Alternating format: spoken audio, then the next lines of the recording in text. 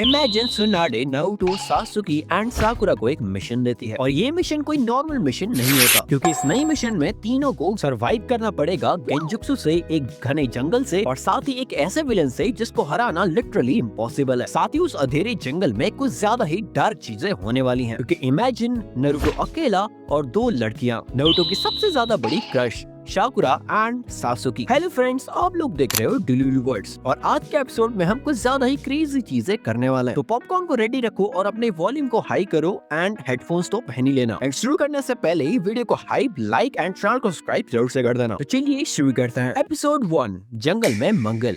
तो कहानी की स्टार्टिंग में हमें पता चलता है कि सुनाडे ने टीम 7 को समन किया है, जहाँ पर इस बार टीम 7 का तीसरा मेंबर एब्सेंट था, जिसकी वजह से सिर्फ और सिर्फ सासुकी एंड नारुतो वहाँ पे प्रेजेंट थे। लेकिन इस मिशन के लिए 3 मैन स्क्वाड की जरूरत थी और विलेज में कोई भी जोनिन या फिर गेनिन इस मिशन के लिए अवेलेबल नहीं था और इसीलिए सुनाडे साकुरा को टीम 7 में टेम्पररी रखती है। इसके बाद फाइनली तीनों के तीनों होकागे ऑफिस में पहुंच जाते हैं और फिर यहाँ पे सुनाडे तीनों को मिशन एक्सप्लेन कर दिया। एक रॉग निंजा जिसका नाम होता है कुरोकामी और उसने और उसके ग्रुप ने मिलकर कोनोहा का एक फॉरबिडन स्क्रॉल को चुराया होता है। लेकिन ये स्क्रॉल कोई नॉर्मल स्क्रॉल नहीं होता क्योंकि इसी स्क्रॉल में पूरे विलेज के सभी इंफॉर्मेशन और कुछ काले राज दफन थे और इस ग्रुप के लीडर का नाम था रोयोकू, एक एस रैंक निंजा और एक गेंजुत्सु स्पेशलिस्ट, जिसे टीम को कैप्चर करने के लिए तीनों नमूनों को भेजा जाता है, जहाँ पे तीनों की केमिस्ट्री लिटरली 0 होती है और फिर तीनों जंगल के थ्रू ट्रैवल कर रहे होते हैं एंड इस टाइम पे सब कुछ शांत होता है। लेकिन ऑब्वियसली नारुतो ज्यादा देर तक चुप नहीं रह सकता और वो फाइनली साकुरा से पूछता है, अरे साकुरा, क्या तुम मुझे इस चीज का जवाब दे सकती हो? जवाब में साकुरा कहती है, ओके, अगर सवाल अच्छा हुआ तो मैं दूंगी। एंड नारुतो पूछता है, तुम्हें कैसे टाइप के लड़के पसंद है? मतलब छोटे साइज के या फिर बड़े साइज के या फिर तुम्हारे साइज के? जिस सवाल को सुनकर सासुकी शर्मा जाती है और वो कहती है, मुझे पता है एक्चुअली साकुरा का साइज कितना है। नारुतो कहता है, तुम्हें कैसे पता चला? एंड सासुकी जवाब देती है, दरअसल जब हम सभी लड़कियां टब में थे तभी हम सब ने मिलकर अपने चाकरा रिजर्व का साइज पता किया था एंड हमें पता चला था कि सबसे ज्यादा चाकरा हिनाटा के पास है एंड सबसे ज्यादा कम साकुरा के पास। और यहीं पे साकुरा इस कॉन्वर्सेशन को रोक देती है, अरे रुक जाओ यार, चाकरा साइज कुछ ज्यादा मैटर करता भी नहीं है और अगर तुम्हारे ओपोनेंट का चाकरा इतना ज्यादा कम हो तो मेरी चाकरा साइज से फर्क पड़ता भी नहीं है। जिसके जवाब में सासुकी कहती है, मुझे और का तो पता नहीं, लेकिन अगर नारुतो के सामने कोई भी ओपोनेंट आ जाए तो उसकी वाट लगने वाली है क्योंकि नारुतो का काफी ज्यादा बड़ा है क्योंकि वो उजुमाकी और नामिकाजे क्लैन से बिलोंग करता है, जिसका मतलब पूरी दुनिया में सबसे ज्यादा बड़ा किसका है तो वो है नारुतो।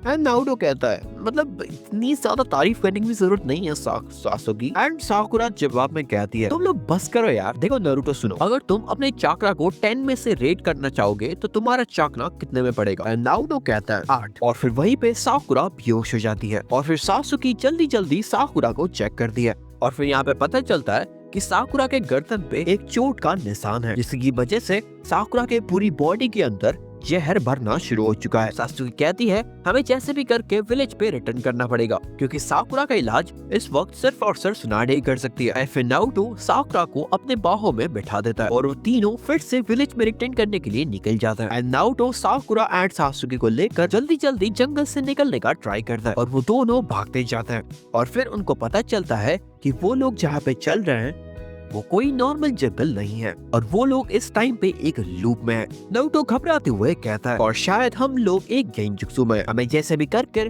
इस गेंजुत्सु से निकलना होगा। लेकिन सासुकी पूछती है, नारुतो, लेकिन हम इस जंगल से कैसे निकलेंगे क्योंकि हम लोग 1 घंटे से एक ही जगह पर लगातार चलते जा रहे हैं और ये जंगल कभी भी खत्म होने का नाम ही नहीं ले रहा। फिर नारुतो कहता है, सासुकी, क्या तुम्हें याद है अक्टूबर 10 को मेरा बर्थडे था और इस दिन कुछ खास हुआ था? एंड सासुकी कहती है, हाँ मुझे याद है, शायद उसी दिन को हम दोनों ने एक्सीडेंटली किस किया था और उस दिन भी तुमने ब्रश नहीं किया था। तुम कितने ज्यादा गंदे हो, मैं तुमसे परेशान हो चुकी हूँ।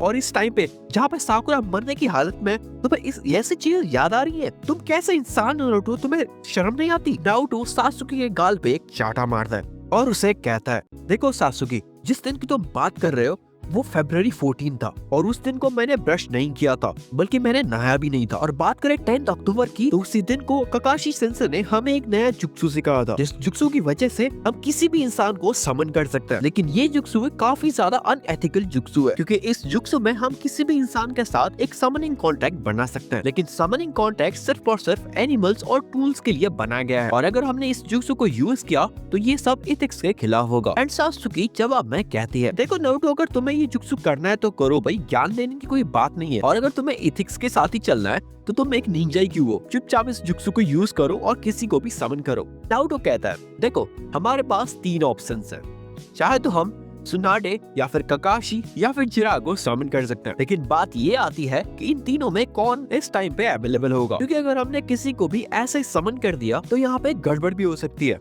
एंड सात्सुकी कहती है, हाँ मैं समझ गई, जैसे कि अगर सुनाडे इस टाइम पे टब में होंगी तो वो यहाँ पे आ जाएंगी, और यहाँ पे साकुरा के साथ साथ तुम भी बेहोश हो जाओगे, एंड यहाँ पे हम सुनाडे का रिस्क नहीं ले सकते। एंड नारुतो भी कहता है, हाँ सही कहा तुमने, अगर जिराया को समन किया तो भी बवाल हो सकता है, क्योंकि अगर जिराया इस टाइम पे रिसर्च के मूड में होंगे तो हम तीनों का बैंड बजेगा। एंड सात्सुकी कहती है, इसका मतलब ककाशी सेंसेई एक लौते इंसान है जो इस टाइम पे तीनों को हेल्प कर सकता है, साथ ही उनको गेंजुक्सु को ब्रेक भी करना आता है, और शायद उनको थोड़ा थोड़ा हीलिंग जुक्सु भी आता है, जिसका मतलब यहाँ पे साकुरा की जान बच जाएगी। तो नारुतो कहता है, देर किस बात की, चैनल को सब्सक्राइब करो, और वो सिगरेट हैंड साइन को यूज करना शुरू कर देता है, एंड वो सीलिंग को जमीन पे स्टैप करता है, एंड वहीं पे ककाशी समन हो जाता है। एंड जब ककाशी समन होता है तो सात्सुकी उसको एक चाटा मार देती है, क्योंकि उन लोगों ने ककाशी को भी गलत टाइम पे समन किया होता है। जिसके बाद ककाशी साकुरा को हील करने की कोशिश करता है, लेकिन साकुरा की बॉडी पूरी तरीके से नम पड़ चुकी थी। एंड फिर उसी वक्त पे ककाशी गेंजुक्सु को डिएक्टिवेट कर देता है, एंड सभी गेंजुक्सु से बाहर आ जाते हैं। एंड ककाशी नारुतो को कहता है, एक काम करो, तुम दोनों को लेकर यहाँ से भाग जाओ, और फिर बैकअप के लिए कुछ शिनोबी इसको यहाँ पे भेज देना, तब तक मैं अकेले ही यहाँ पे इन सभी को हैंडल करने की कोशिश करता हूँ। और यहाँ पे मुझे काफी ज्यादा डार्क चाक्रा सेंस हो रहा है, जिसका मतलब यहाँ पे कई सारे एस रैंक शिनोबीज हैं। लेकिन नारुतो ककाशी की बात को नहीं मानता, और वो कहता है, देखो मैं भी ट्राई कर सकता हूँ, एंड अगर हमने साथ में मिलकर इन सभी को हराया तो हम जल्दी से जल्दी साकुरा को लेकर विलेज में पहुंच सकते हैं, क्योंकि साकुरा के लिए मैं आपकी जान को जोखिम में नहीं डालना चाहता। और उससे पहले कि ककाशी को जवाब दे पाए, उस टाइम पे सात्सुकी वहाँ पे बेहोश हो जाती है, और हमें पता चलता है कि सात्सुकी की गर्दन में भी एक निशान लग चुका है। एंड फिर नारुतो के पास कोई भी ऑप्शन नहीं होता, इसलिए वो सात्सुकी एंड साकुरा को लेकर वहाँ से भाग जाता है, और फिर ककाशी अकेले ही वहाँ पे फाइट करना शुरू कर देता है। लेकिन दूसरी तरफ नारुतो के ऊपर से खतरा नहीं टलता, और वो जंगल का रास्ता भटक जाता है, एंड उसके सामने 2 रास्ते आ जाते हैं। एंड वहीं पे नारुतो अपने शैडो क्लोन का यूज करता है, और एक शैडो क्लोन सात्सुकी को अपने बाहों में बैठा कर चला जाता है, और दूसरा शैडो क्लोन साकुरा के साथ भी वैसा ही करता है। फिर नारुतो तीसरे शैडो क्लोन का यूज करता है, जो कि ककाशी के साथ उन लोगों को हराने में मदद करता है, और जो शैडो क्लोन ककाशी के साथ होता है वही होता है ओरिजिनल नारुतो। लेकिन क्या ककाशी एंड नारुतो मिलकर इन सभी को हरा पाएंगे, और क्या नारुतो सात्सुकी एंड साकुरा को विलेज तक सही सलामत पहुंचा पाएंगे, क्योंकि उसके पास काफी ज्यादा कम टाइम है। और ये एपिसोड यहीं पे खत्म हो जाता है। एंड आई नो ये एपिसोड काफी ज्यादा छोटा है, क्योंकि इस टाइम पे मेरे एग्जाम्स भी चल रहे हैं। साथ ही मुझे बिल्कुल भी आइडिया नहीं है कि इस वीडियो में आपका रिस्पॉन्स कैसा होगा। अगर आपको ये वीडियो पसंद आया तो कमेंट में नेक्स्ट पार्ट जरूर से लिखना, एंड वीडियो को लाइक जरूर से करना। और अगर आपको ये बिल्कुल भी पसंद नहीं आया तो हम इस सीरीज को डिसकंटिन्यू कर देंगे, और शायद आप ये वीडियो कभी भी देख ही ना पाओ, क्योंकि इस वीडियो को डालते ही मेरा चैनल उड़ भी सकता है। तो मिलता है अगले वीडियो में, अगर ये चैनल जिंदा रहा तो It's me, your host, Lily Luvers.